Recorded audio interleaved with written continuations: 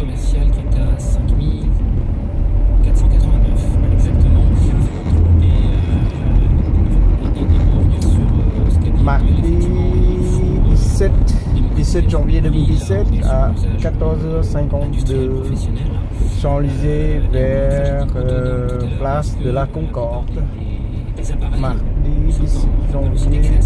Ils sont connectés à un PC, connectés à une machine. Il a dévié un casque, mais il a voilà, je parlais de technicien ascenseur, tout ça sur place. Il y a une autonomie entre 2h30 et 3h.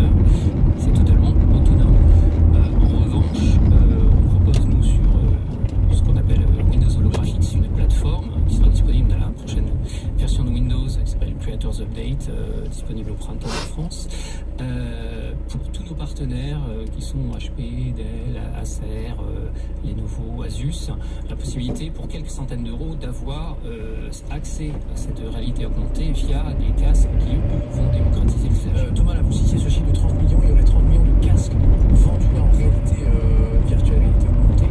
D'ici 3 ans, aux États-Unis, qu'est-ce qu'on va en faire là?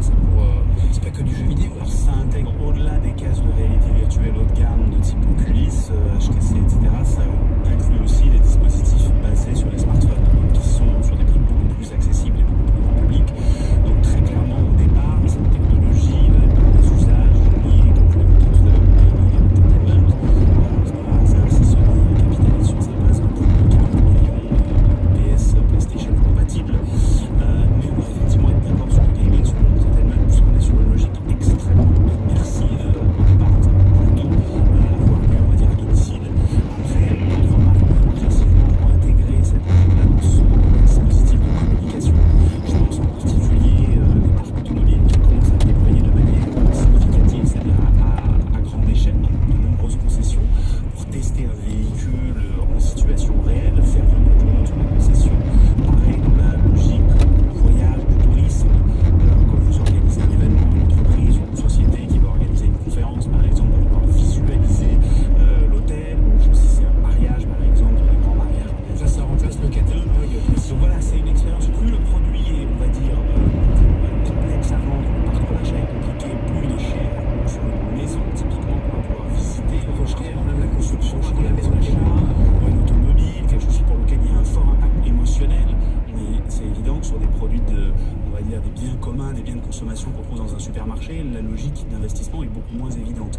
Mais dès l'instant où il y a une relation forte à la marque, à l'émotion, où il y a une logique d'expérience qui est importante, et je pense que c'est une des raisons de la valorisation élevée de cette société-là et pourquoi certains pensent que c'est la prochaine étape de développement.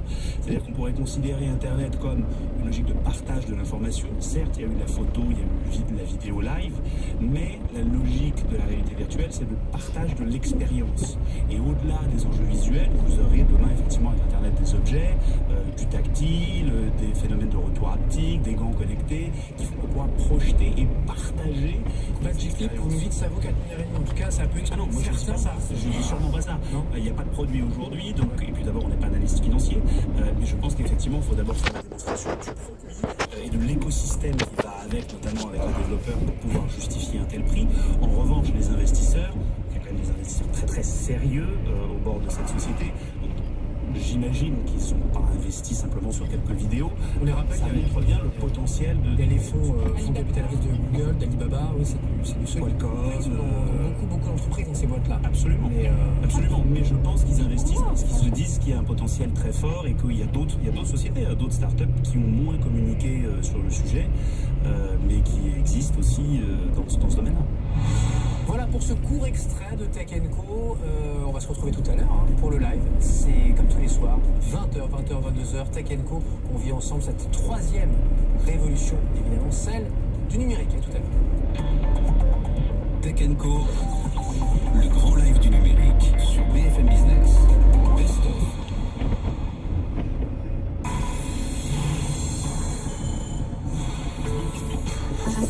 Intégral Bourse, l'émission 100% bourse sur BFM Business. Chez Cogedim, un mètre carré de valeur, c'est un mètre carré qui vous ressemble. Il y a le mètre carré connecté pour ceux qui communiquent avec leurs objets. Bonne nuit, frigo. Le mètre carré cuisinier pour ceux qui sont plus branchés amis, délicieux. Ça, c'est Insta, direct. Ou le mètre mètre carré si facile à louer qu'on l'oublie. Quel mètre carré? Jusqu'au 23 février, personnalisez vos mètres carrés avec votre pack Cogedim offert. Choisissez celui qui vous correspond sur cogedim.com. Vous verrez la différence. Cogedim. Plus d'infos sur cogedim.com. Offre soumise à condition. Risque manager, dirigeant d'entreprise, spécialiste du financement des risques, rendez-vous à Deauville du 1er au 3 février 2017 pour les 25e rencontres AMRAE du risque management. Nous serons plus de 2000 à échanger sur le thème le risque manager au défi des nouvelles prises de risque. Inscription sur amrae-rencontre.fr. Vous avez appris les gestes de premier secours? Devenez bon samaritain.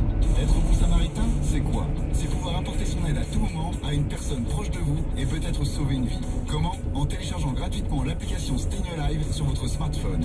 Pourquoi? Pour que l'arrêt cardiaque ne soit plus une fatalité. Rejoignez notre combat avec Agila. Plus d'informations sur stayalive.org.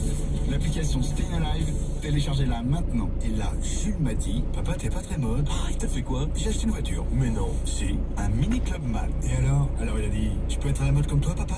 Mini Clubman, la compacte familiale pour les pères qui ont du style. Découvrez l'édition Hyde Park avec notamment GPS, écran 6,5 pouces, affichage tête haute et toit ouvrant. À partir de 340 € par mois, 36 mois, sans apport, entretien inclus. Méné, exemple pour un Mini Clubman 116 chevaux en location longue durée, valable jusqu'au 31 mars 2017. Sous réserve d'acceptation par BMW Finance. Détails sur mini.fr. En 2017, il est temps de faire plaisir. Habillez-vous en smuggler. Des costumes, vestes, des pantalons fabriqués en France et pour les soldes à moins 50%. Ne ratez pas cet événement Smuggler exceptionnel jusqu'au 21 février dans toutes nos boutiques et sur smuggler.fr. Avec Smuggler, en 2017, préparez-vous à l'élégance. Et nous retrouvons notre envoyé spécial dans un des 15 points de vente Primibel en Ile-de-France. Alors Bernard, j'imagine que les soldes chez Primibel font des heureux. Les soldes, vous voulez dire mieux que des soldes. Quand on propose des remises de moins 30 à moins 70% sur tous les parquets jusqu'au 21 février, on n'a pas de temps à perdre. De moins 30 à moins 70%? Absolument. Et j'ai à côté de moi Guillaume qui voudrait passer un petit mot à l'antenne. Martine, si tu m'entends, je prends chaîne claire ou chaîne foncée. Faut se décider maintenant. Merci Bernard. Liste des points de vente sur primibel-parquet.com. Primibel, des parquets de haute qualité à prix plancher. BFM Business. La France a tout pour réussir.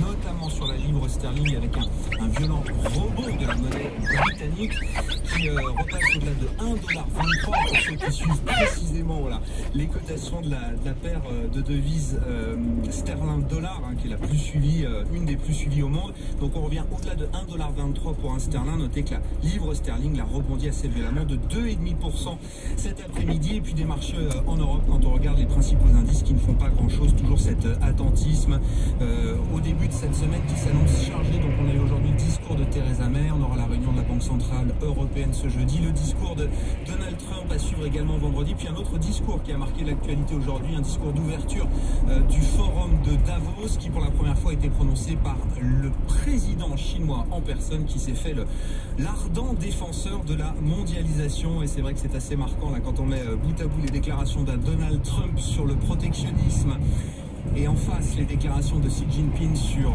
sa volonté en tout cas de continuer dans le sens de cette mondialisation. La planète est un grand océan, voilà ce qu'a dit Xi Jinping tout à l'heure.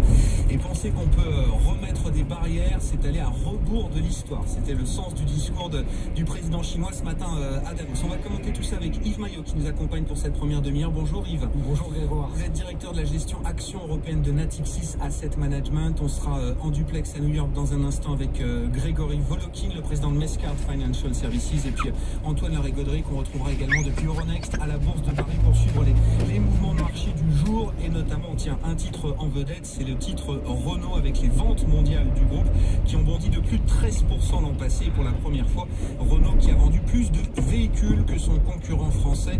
Peugeot, le titre Renault, signe pour l'instant la plus forte hausse du CAC 40. Voilà pour les quelques points clés de cette séance de marché. Delphine, vous êtes avec nous également. Vous suivez